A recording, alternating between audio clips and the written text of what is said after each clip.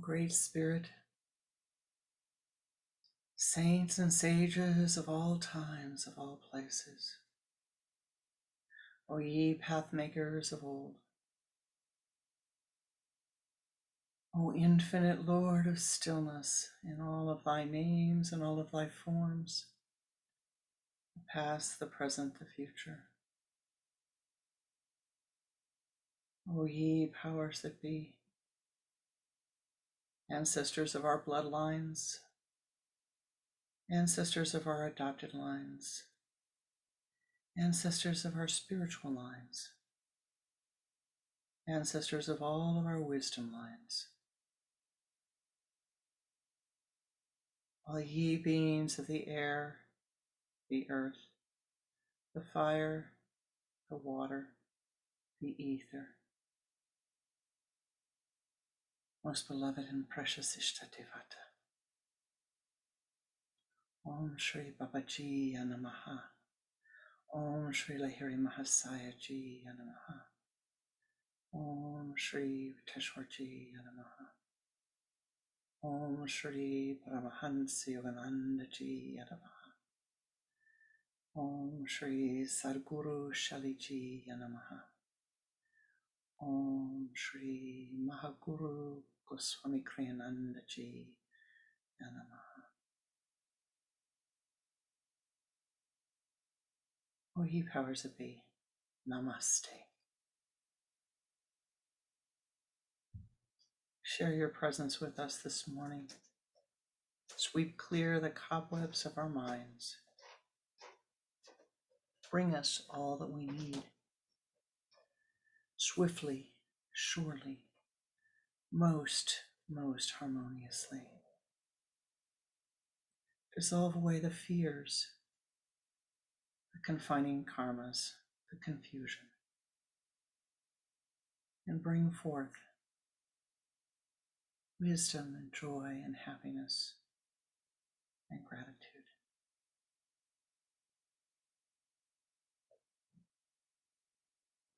Om Shanti, Shanti, Shanti. Om Shanti, Shanti, Shanti.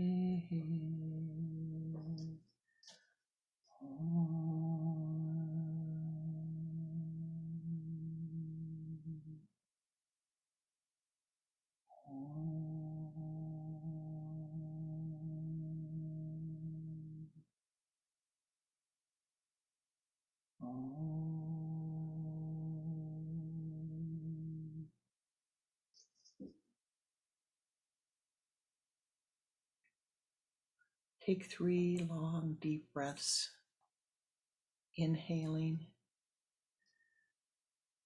and exhaling longly and slowly.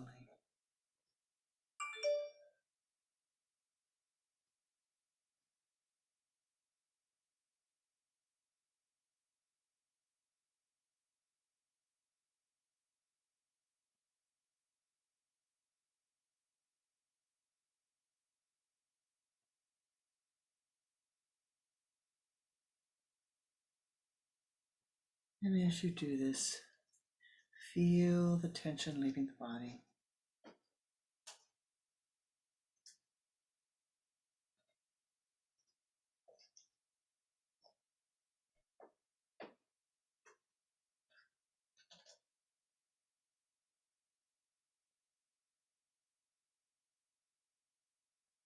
And now take 3 more breaths, inhaling as if through a sipping breath.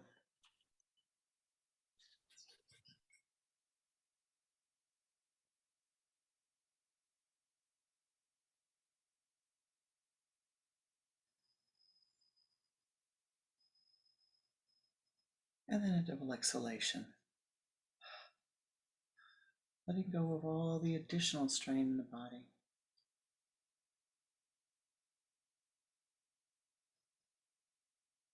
And repeat this 2 more times.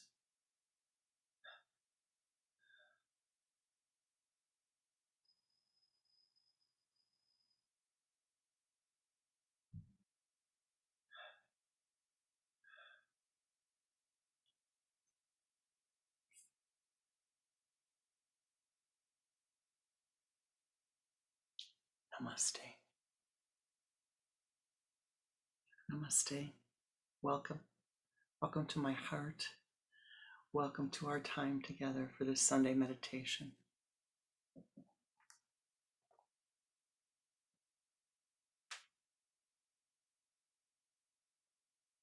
Once upon a time, in the ever-present now,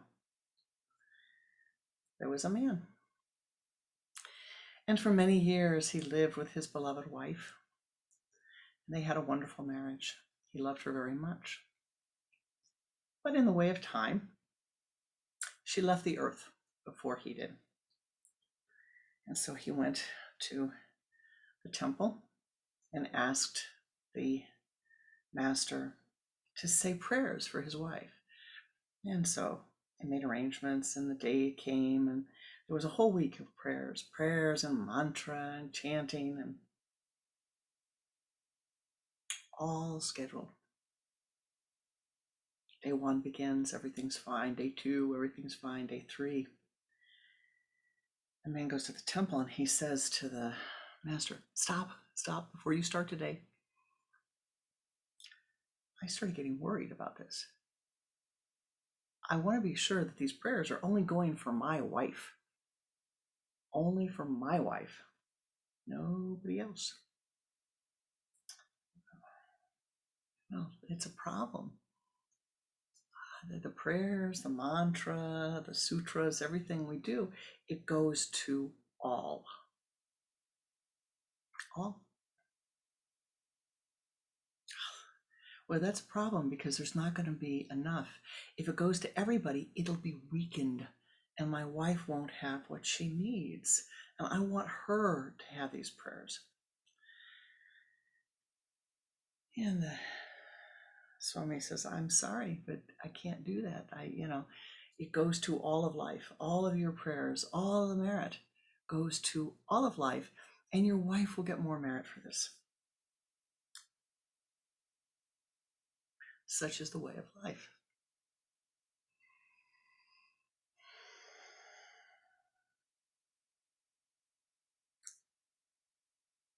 No, he didn't like that.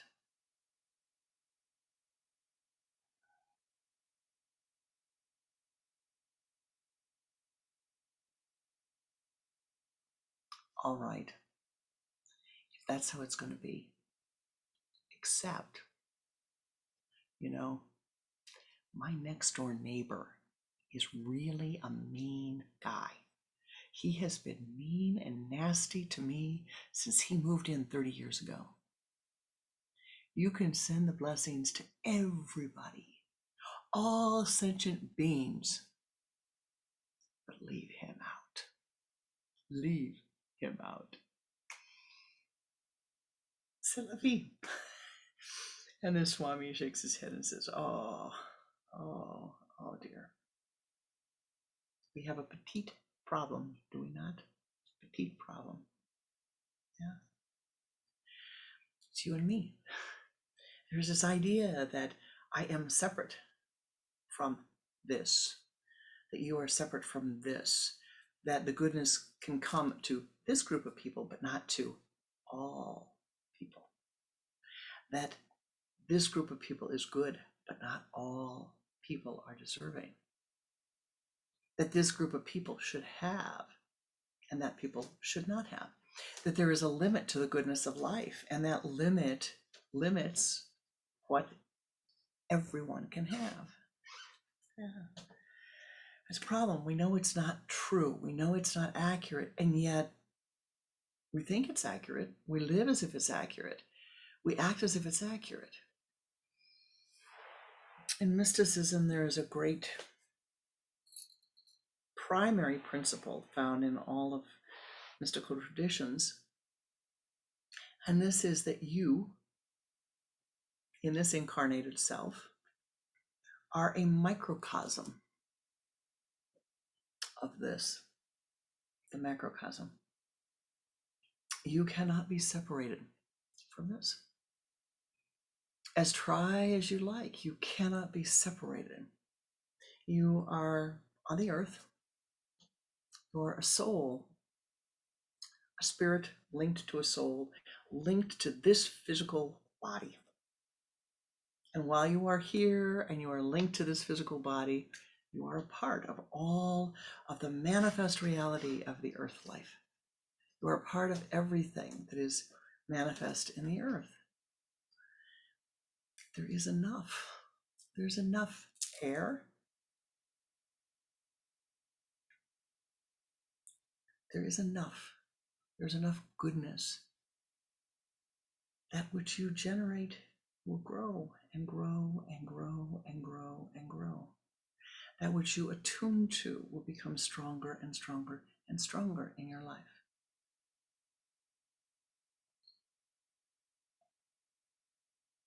Now, there's another story. Equally good, I think. And this one takes place in Thailand. Now, if you've been to Thailand, you know that it's a country in which there are many, many, many, many shrines to the Buddha. And you can go into a temple and whole courtyards will be filled with large golden statues of the Buddha. When somebody wants to honor another person, a family wants to make an honor, they may make a donation of a large Buddha to the temple. And so this was the case. There were Buddhas all over. And oftentimes, people keep Buddhas in their home. They make little shrines for them. There are shrines along the road. And so there's a place in Thailand, and there was a little nun. And she had a Buddha.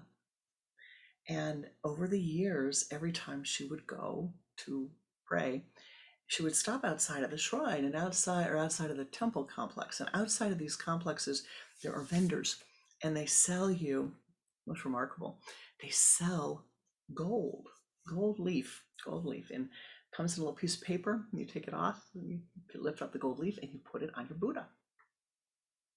So many of the Buddhas have a lot of gold leaf on the bottom, but her Buddha was covered with gold leaf when she first put it up. Covered. She went every day, saved money, saved her baht, and put it on. One day she got really nervous because she saw that when she went to offer incense to her Buddha, it went everywhere. She'd light the incense, you see, and she saw, well, oh, that incense, it went all over. It went to all the other Buddhas, and all the other people who were praying there. They got a smell of her incense. She didn't really like that. So she thought and thought and thought, and she came up with a brilliant solution. She made a cone. She made a cone out of ceramic pottery, and it hardened like ceramic pottery does. Had a hole in the bottom of it, and it went up like this. Just envision, I'm the Buddha. Imagine, use your imagination. And there's a cone. It's going up like this.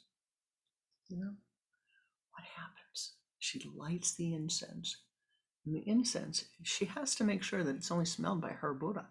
The incense goes right to the nose of her Buddha. Oh, how beautiful that is. Right to the nose of her Buddha. She's so relieved. Nobody else is going to smell it, only her Buddha. She notices the nose turns a funny color. Day 1. Day 2, day 12, day 365. And all the other Buddhas in the courtyard are gold and shining and radiant. And her Buddha, oh my, her golden Buddha has a blackened nose and a blackened face because all of the incense changed the gold. And you know the story as well as I do. Of course, the incense went to everyone. Of course, everybody got it, not just her Buddha. But she was afraid there wasn't enough. And she was trying to say to the Buddha, you're mine. You are mine. And the incense I offer is for you alone, for no others. And of course, you know what happened. People walked by and they thought, what is she doing? Look at that Buddha. How could there be a Buddha with such a nose like that?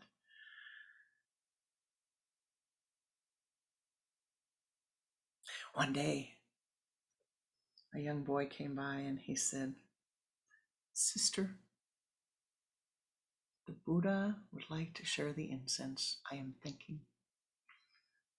And with a little magic touch, or he was a little magic magician, yogi, he gently knocks the cone. Then the cone dissolves away. And as the cone dissolves away, all the black, the ashes, the burnt, removes itself, flies off the Buddha's nose, and is left with this golden Buddha. And he says, share the incense. Know that your Buddha and all the Buddhas love the incense. There is always enough. There's always enough. There is enough for you. There's enough for me. There's enough. Enough love, enough joy, enough beauty. We must protect the earth. We must protect that which we have here on the earth and feed it with good thoughts. Feed it with peacefulness.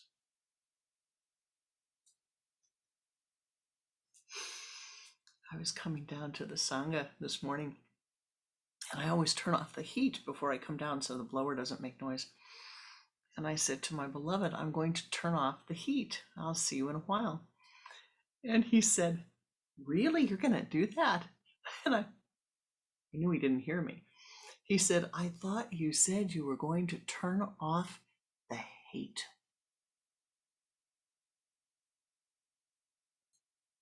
Wouldn't that be remarkable? If for just a nanosecond, there was no separation, there was no hate, there was no difference between you and me and all of the others in the world. Wouldn't that be a remarkable state of consciousness? And so today, I'm going to share with you a practice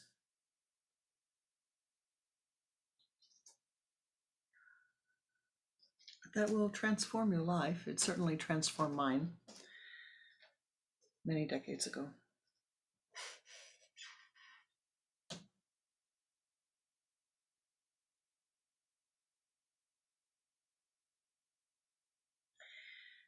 This practice will change your health, will improve your health, will improve your happiness, will improve your vitality, will improve your relationship with your family, your friends, your bosses, your coworkers, the people who might report to you or work for you, your neighbors,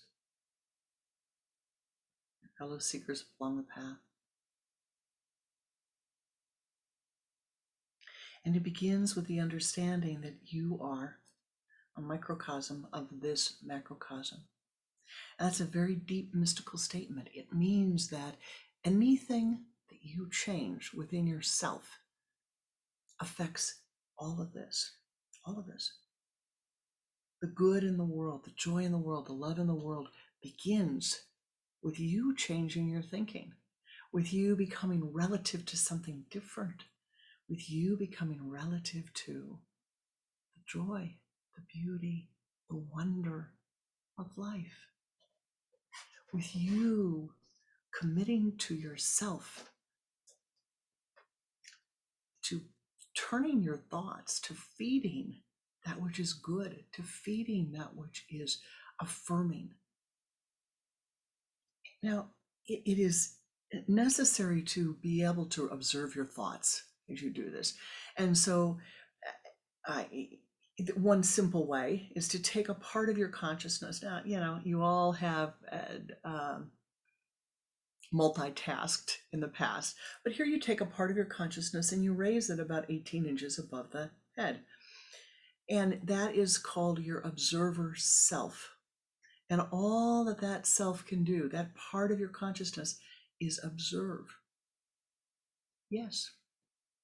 Isn't that interesting? Isn't that interesting? Oh, wonder where that thought came from. Isn't that interesting? Don't feed it. Don't feed it. Let it go. Go from whence thou hast come. No, the thought rises. All thoughts that rise will fall. They stay because you are relative to them. They have risen in your mind because for that second, nanosecond, minute, 5 minutes, 10 minutes, hour, you are relative to them. What you feed will continue to rise in your mind and stay in the mind. So if you feed Om Shanti, Shanti, Shanti, pretty soon every cell of your being is going to be filled with Shanti. If you feed Ananda, Ananda, Ananda, Ananda, Ananda, Ananda. Every cell of your being is filled with Ananda, with bliss. But you feed no, no, no, no, no, no. It's what happens. Your mind links to that.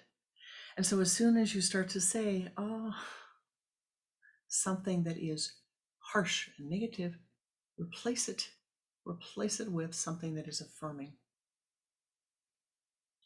Now, I'm not asking you to be a Pollyanna. I'm not asking you to do that. And I'd like to do something here that I hope will help. And that is to share with you a question that was sent to me that I thought was very, very meaningful. Because what I'm saying to you today is that you're part of all of this. You're part of the universe.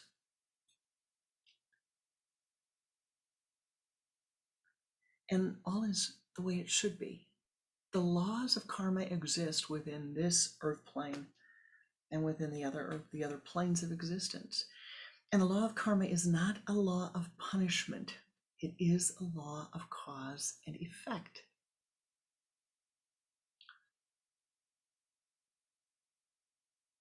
It's like this. You're with a little child.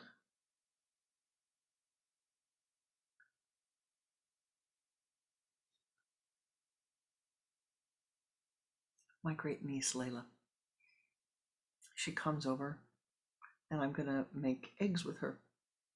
And she says, I can't break eggs. I cannot break eggs. Really? You're 6 years old and you already know you can't break eggs. I never can break eggs. That's a strong state of consciousness. I can't ever break eggs. I said, I bet you can. She says, shells fall in the eggs. It always gets ruined. Oh, well, shells fall in the eggs all the time. Here's what you do. A lot of people coming for breakfast. So we stood there. She sat on the chair and broke eggs. She broke one egg. It works. It works. I can break an egg. She broke 2, 3, 4. She broke 12 eggs. And then her brother comes and starts breaking eggs. And her mother and father come down and she says, the first thing she says with such excitement and joy, I can break an egg. I know how to break eggs. Wow.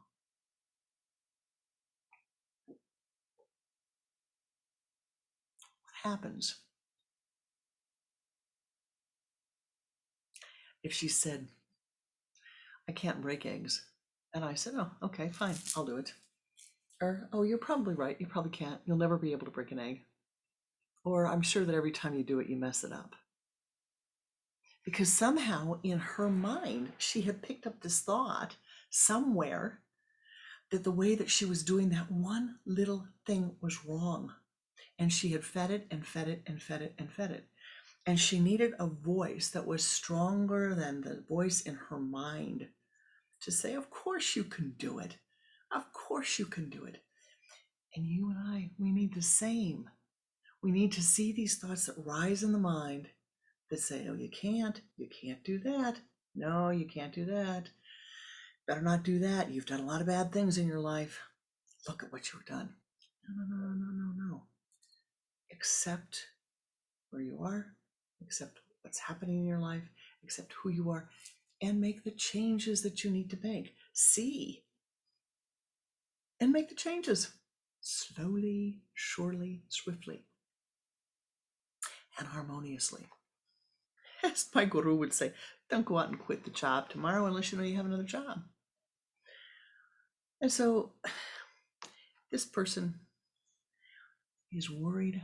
She wrote to me and she's worried about the great question of equality and people being punished, and herself. And she said, if a punishing God does not exist, what happens to people who cause harm? Is that dealt with karmically? Maybe not even in this lifetime. And then that made me think, what about the things that I've done that I'm not proud of? Is that dealt with the same way? Now, you can tell that this beloved soul, that she has an idea in her mind, that's risen in her mind, that the world works with the law of punishment. She doesn't really believe that God is not going to punish her. And she says, if a punishing God does not exist. She doesn't say since or I know. She says if, as if there's something in her soul that feels that she will be punished for the thoughts that she's thought, the actions she's taken, the things that she's done that she's not proud of.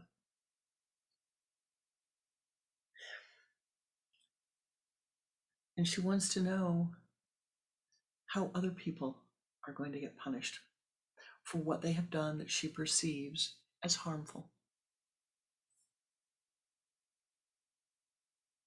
The earth is very orderly. The universe is very, very orderly. It's not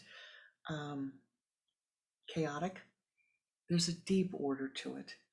And so you must realize this. There is an order to the universe.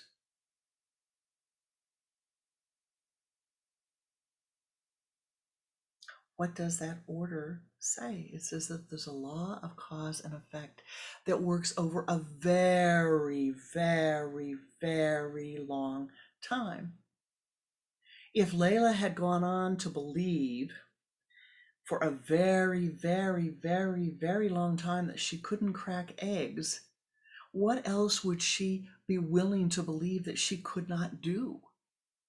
What else, trying to look at life, what else would she say? Well, that's not for me. That's not for me. That's not for me.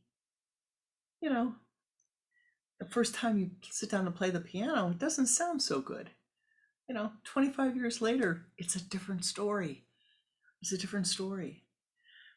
And so you need to say these thoughts that rise in the mind, they fall in the mind, they rise in the mind, they fall in the mind.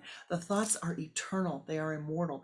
They come to rise in your mind because at that moment you are relative to them. And so what do you want to do? You want to become relative to thoughts that are going to lift you. The Buddhists would say, surround yourself with noble thoughts. The yogis would say, surround yourself with noble thoughts and noble people. Feed yourself noble thoughts. Feed yourself goodness. share that goodness with life. It is not a law of punishment. It is a law of cause and effect.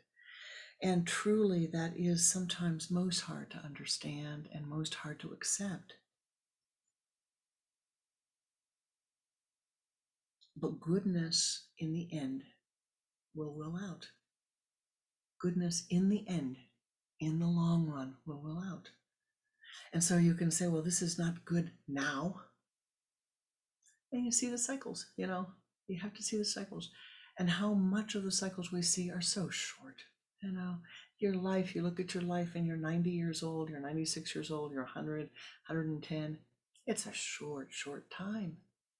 We're talking billions of years of the earth plane being in existence, and billions of years of you coming back, others coming back, other souls coming back, to learn the lessons of the earth plane, the lessons of blessing, of being in the middle plane where self will, where your choices, your conscious choices, where you have the ability to soften those karmas. Now, I started out by saying you're part of the whole. You're not separate from the whole. But there's this beautiful practice that begins small. So I'd like you to begin now. I'm going to share the practice with you. And then we will do it together.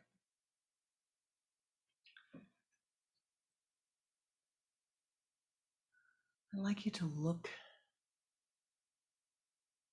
either at the altar or look in the room that you're in. Look at the clothes you're wearing and choose one thing, just one thing.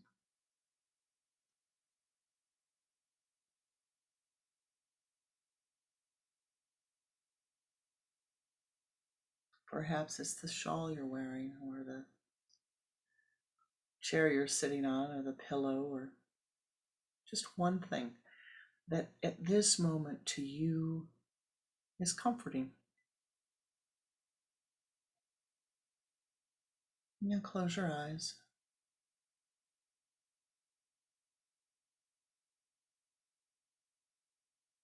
And bring that form of life, that object of life, to your mind's eye.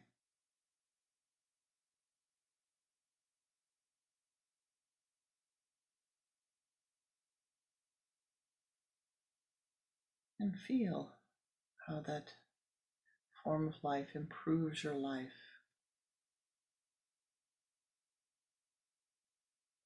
has brought you ease.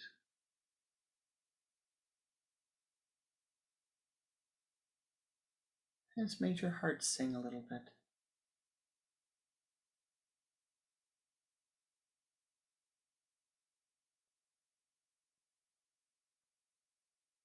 And how the awareness arises in the mind that this could not happen without others being involved. And so think about how this form came into your life. Who gave it to you, or where did you purchase it?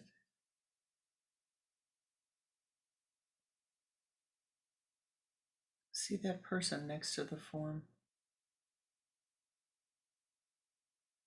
And feel your gratitude towards them.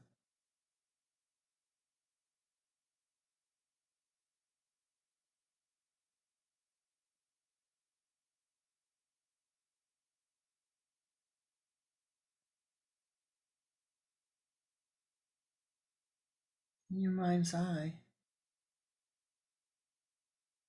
see the people who made this beautiful form of life.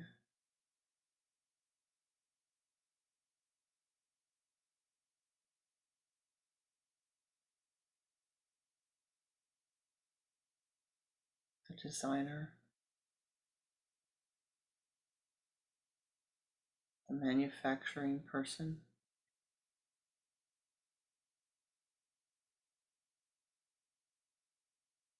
if it was made with a group of people, how many people?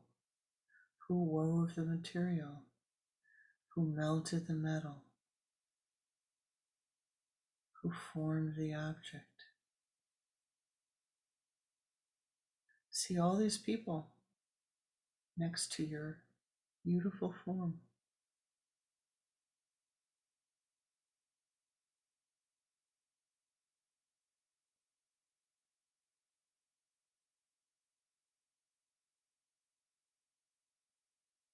And then see the people who built the buildings that this form was made in.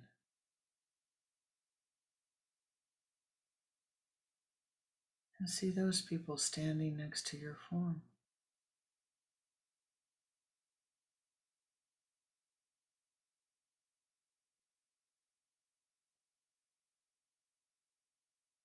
Coming back in consciousness to the room that you're in. See the people who built the building, who designed it, who have maintained it, who put the plumbing in, the electricity, the heat, the air, the light, the water, so that you might be comfortable in this moment.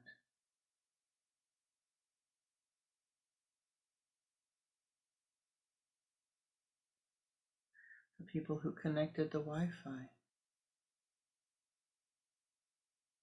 not only in your building, but all the way around the earth.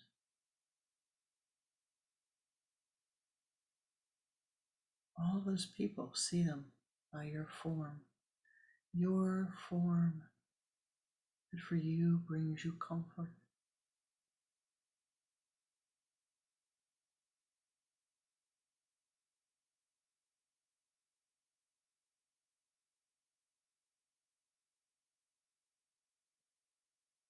And see the journey that that form took from its creation to where, how it came into your home, your life, the places it stopped along the way,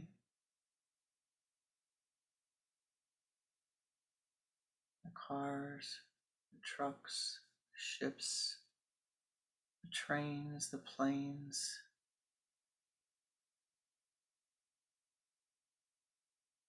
the roads that were traveled.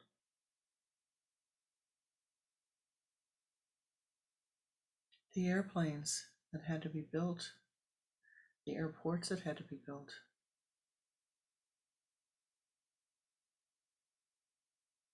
the boxes that had to be made, the protection over the object.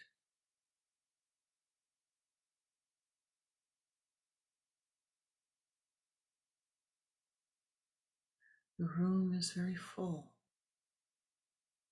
and you're not finished yet. For each of these souls,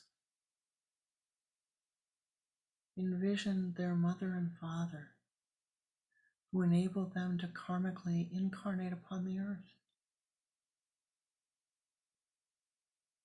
They are part of what brought this to you. Envision their teachers, those who taught them to write, to read, to craft, to create, to weld, to sew.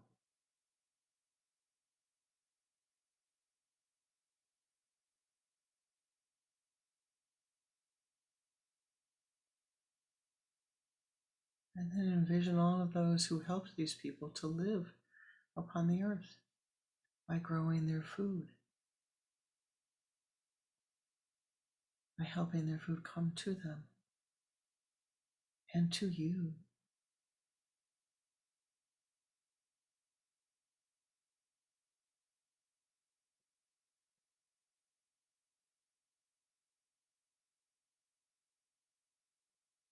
And then envision the people who had the stores for the food to be brought to you, to all of the workers who helped make this possible for you to have this one small item in your home.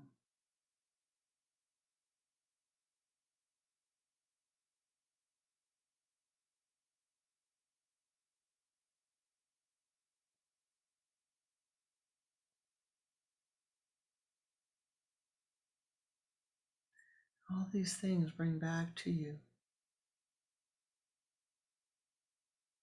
for to this moment, at this moment, bring forth all of those who have taught you, who have brought you to this moment.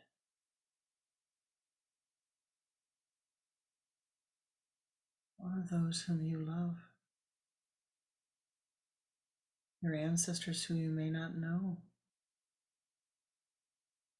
those who you do know, your teachers and all of the helpers you have along the way.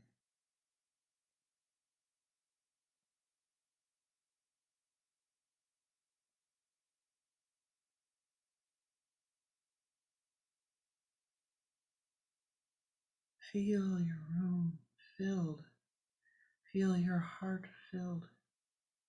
Feel your sun center filled. You are a part of this.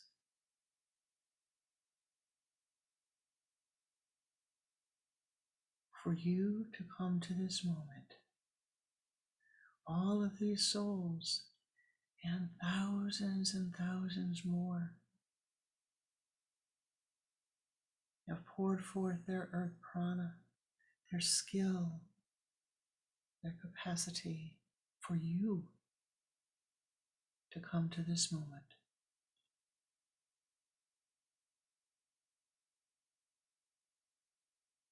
And we cannot forget to include all of those who have invented these marvelous machines that we use to connect from such long distances. The technology, the manufacturing. Think about it. Allow the images to arise in your mind, the different parts of the machine made by many people around the earth.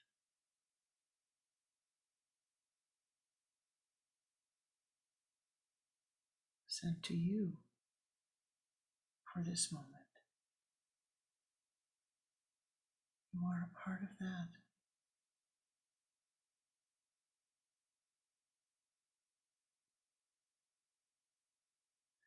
And all of the work and all of the skill that you do each and every day. The skill that you use to feed and nourish your body. Your meditations, your affirmations, your prayers. You're feeding your body with earth food and spiritual food.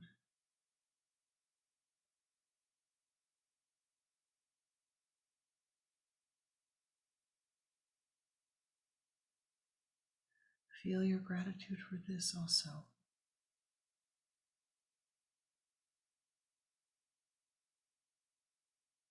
As they have fed you, so you too have fed life again and again and again and again. And that which we feed comes back to us. Feed goodness, my beloved. Feed kindness. Let go of the fears. Let go of the anger. Let go of the need to hold an opinion against another. It is possible you simply cannot see. To see the end, we must see a long, long distance in time, out of time. You must ascend upward. Ascend upward to see. Remember the child and the egg. You would not yell at a child who's tiny, who cannot do something. Do not yell at yourself. Feel and see all of the goodness of all of the people who have helped bring this one form of pleasure to you.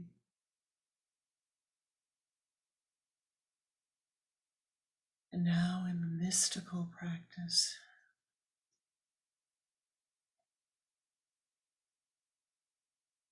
may your mind's eye open, and may you see at this moment, thou art that.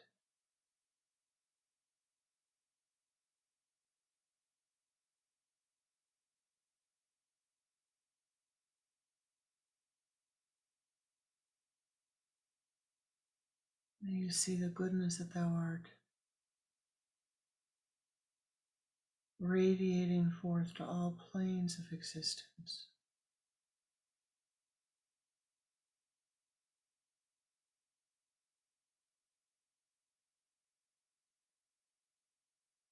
May you see your thread in the net of Indra, the net of existence.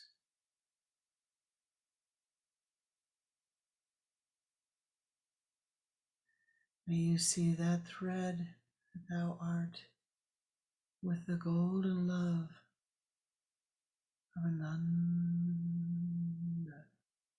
Ananda, Ananda,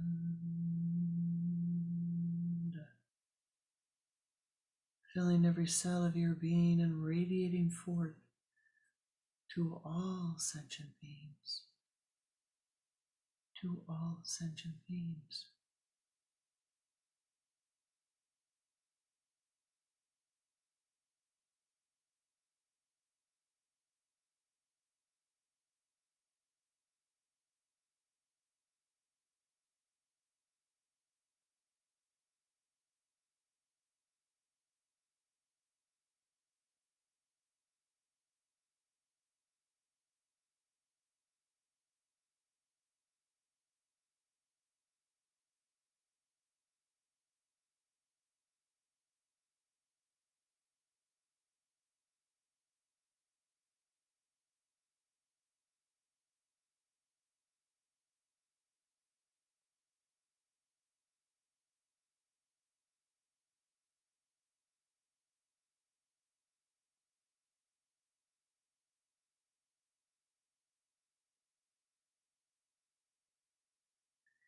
Seeing all of these souls surrounding you, all of the souls that have helped you in some small way to come to this point in your life, that have in some small way or large way brought you any measure of ease, whether it is through a thing, an object of manifest life, or through their thought forms, their kindness, their love. See them all. See yourself at the center as a bindu and radiating forth from your consciousness and radiating towards your consciousness the love, the skill of all of these souls who have made your life better.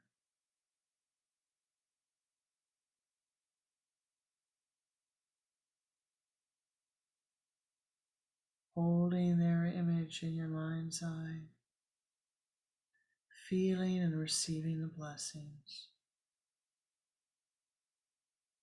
Softly speak these words. Okagesamede, Okagesamede, Okagesamede. Because of you, I am well. Because of you, I am well. Because of you, I am well.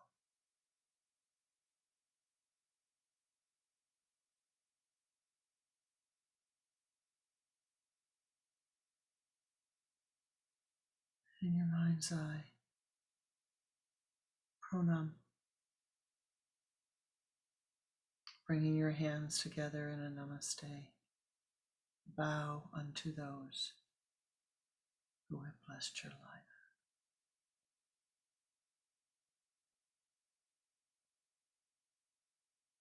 May you feel the blessings of life divine pouring forth upon you at this moment. May you feel the goodness of life pouring upon you at this moment. May strength and vitality be yours. May wisdom and equanimity be yours. May you know that whatever you have done that you are not proud of, the divine forgave you before you ever did those things. You are a spirit encased in a human body. Were you perfect? You would not be on this plane of existence. It is a plane of duality, not a plane of perfection. Seek, seek, seek to find the goodness and the balance in all that you do.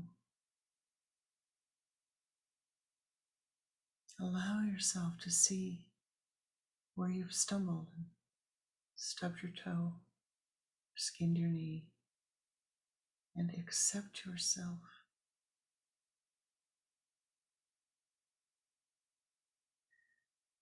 And at this very moment, filled with the blessings of all of these who have helped you, at this moment, let go of your self-criticism, your negative talk, your negative thinking. Let go.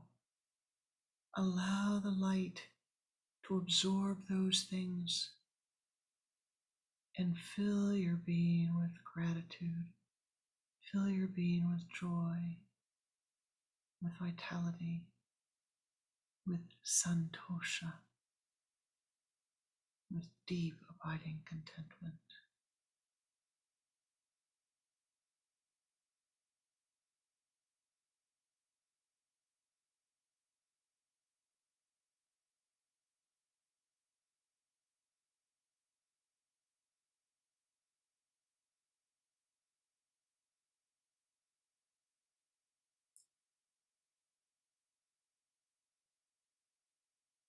Okagesamede, because of you, I am well.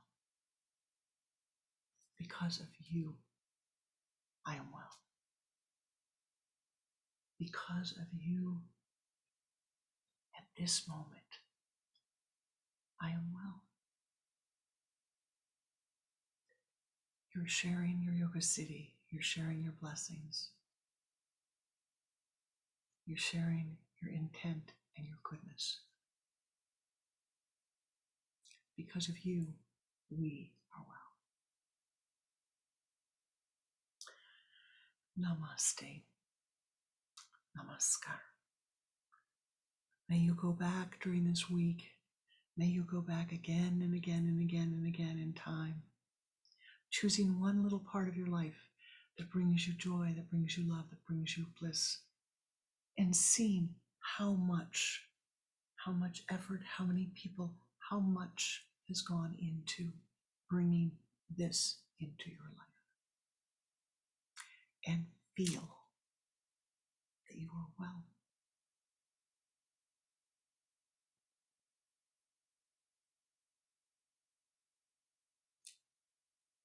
Namaste. Namaskar.